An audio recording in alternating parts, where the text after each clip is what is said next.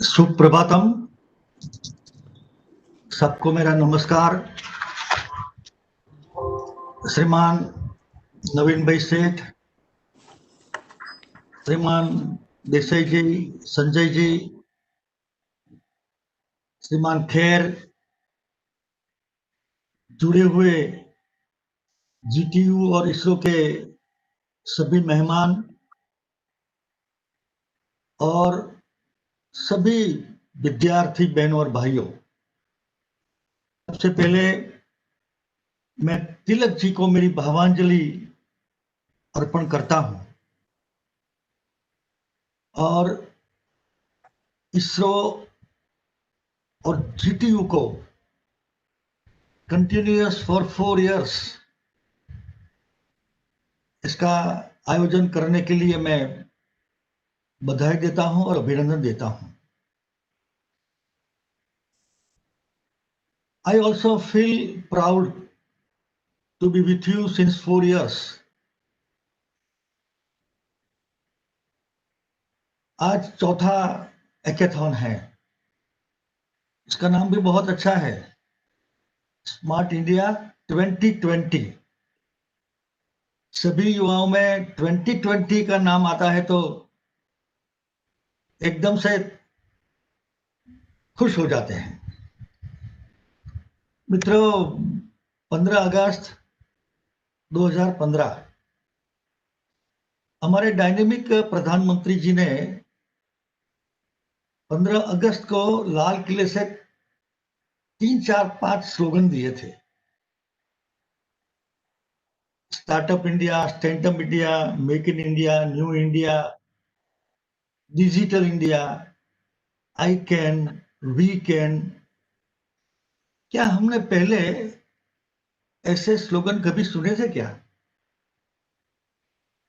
इस स्लोगन के पीछे प्रधानमंत्री जी की कल्पना है और ये युवाओं के लिए है, देश के लिए है। वो हमेशा बोलते हैं कि ज्यादातर युवा लोग भारत में हैं, तो उनके लिए कुछ न कुछ किया जाए, सोचा जाए। ये स्लोगन कोई वोट के लिए नहीं है।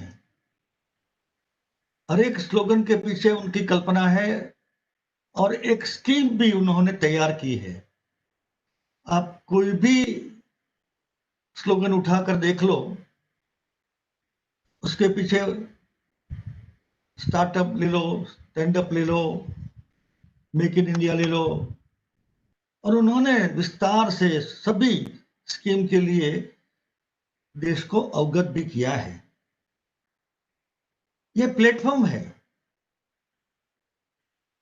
युवाओं में इतनी सारी प्रतिभा पड़ी है। पहले इस प्रतिभाओं को बाहर लाने के लिए जिनके पास व्यवस्था है, जिनके पास पैसे हैं, सिर्फ वो ही आगे बढ़ सकते थे। मगर अभी तो गांव में, नगरों में जो प्रतिभा, उनके लिए कोई ना कोई प्लेटफॉर्म दिया जाए तो जिले में, स्टेट में, सेंटर में, अंतरराष्ट्रीय लेवल पे वो अपनी प्रतिभा दिखा सकता है। और ये प्लेटफॉर्म पहले खड़ा होता तो आज देश का जो चित्र है वो और होगा। ये संभावना है, ये अपॉर्चुनिटी है। इस काम में गुजरात में बहुत अच्छा काम हुआ है। सभी यूनिवर्सिटी ने बहुत अच्छा काम किया है। इसीलिए 18-19 में रैंकिंग में गुजरात इज ऑन टॉप। मित्रों, मैं एक आज नई बात आप सबको शेयर करना चाहता हूं। अभी तक ऐसी मान्यता, धारणा कि ये काम सिर्फ टेक्निकल कॉलेज और यूनिवर्सिटी के विद्यार्थी ही कर सकते हैं, ऐसी धारणा सार्वजनिक रूप से और इंडस्ट्री में ही ये काम करना है या हो सकता है। आपको जानकर खुशी होगी, मैंने अभी 2 दिन पहले ही गुजरात की नॉन टेक्निकल जो कॉलेजेस हैं, आर्ट्स कॉमर्स साइंस ग्रांटेड अपनी सरकार की, उनके आचार्यों को ऐसे बुलाया और कहा कि हमें और इंक्यूबेटर्स और युवा प्रतिभा की जरूरत है। क्यों? बिफोर कोरोना हमारे पास ढेर सारी समस्या, जिसके समाधान के लिए हम अभी काम कर रहे हैं। आप सब जानते हैं the difference between before corona और आफ्टर कोरोना। एक समस्या के साथ दूसरी कई समस्या ये कोरोना लेकर आई है। तो ये समस्या जो है बड़ी है, तो सुलझाने वाले लोगों की संख्या भी हमें बढ़ानी चाहिए। तो सभी आचार्यों ने स्वीकार किया कि साहब हम भी कर सकते हैं, हमें भी प्लेटफॉर्म दो। बहुत उत्साह से मेरी बात मानी उन्होंने और दे हैव स्टार्टेड थिंकिंग कि हम भी कुछ करेंगे।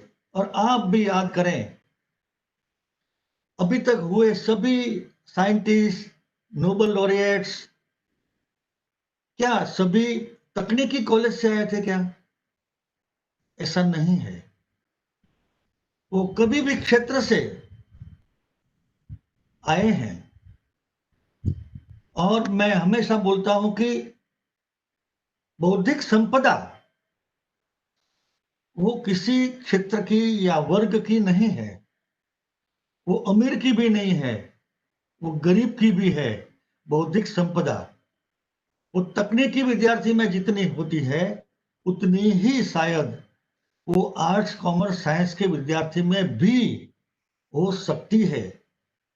तो क्यों ना हम उन लोगों का भी, उन विद्यार्थियों का भी जो प्रतिभाशाली विद्यार्थी हैं, जो क्रिएटिव हैं, जो इनोवेटिव हैं और उत्साह भी है, जितना उत्साह हम सब में है उतना उत्साह उन लोगों में भी है। तो मैंने यह आह्वान किया है, शायद ये नॉन टेक्निकल कॉलेज के विद्यार्थियों को इसमें शामिल करने की बात मैं वैसे ही बोलता हूं कि मैं नवीन भाई को बोलता हूं कि पूरे देश में क्या और किसी प्रांत और किसी मंत्री ने ये बात कही है क्या? मुझे लगता है कि और लोग भी करें। और अभी तक जो हमारे साथ नहीं जुड़े, साथ नहीं बैठे, सिर्फ हम तो तकनीकी विद्यार्थियों के साथ ही बात करते हैं, तो सबको जोड़ करके, क्योंकि मेरे मन में इसलिए विचार आया कि समस्या बड़ी है, इसलिए सुलझाने वाले लोग भी बढ़ने चाहिए। देखिए, ये सभी क्षेत्र में असर करने वाली कोरोना है। एजुकेशन में, हेल्थ में, इंडस्ट्री में, मैन्युफैक्चरिंग में, एग्रीकल्चर में, ट्रांसपोर्ट में, स्पोर्ट्स में, टूरिज्म में, होटल इंडस्ट्री में, सभी में। पहले मैं कहा करता था मेरे उत्साही प्रतिभाशाली विद्यार्थी बहनों भाइयों को, sky is the limit, sky is the limit. काम करो, तुम काम करो। जो काम करते हैं उनको मैं अभिनंदन करता हूं। अब मैं बोलता हूं, स्काई इज द लिमिट है, मगर after corona double sky is the limit. Double sky is the limit. जितना भी आप काम करोगे, जितना भी, वो कम पड़ेगा। और अभी मास्क, प्रधानमंत्री ने बोला है कि कोरोना को साथ लेकर ही जीना पड़ेगा। तो मास्क नए नए तरीके से, इनोवेटिव क्रिएटिव तरीके से बनाओ।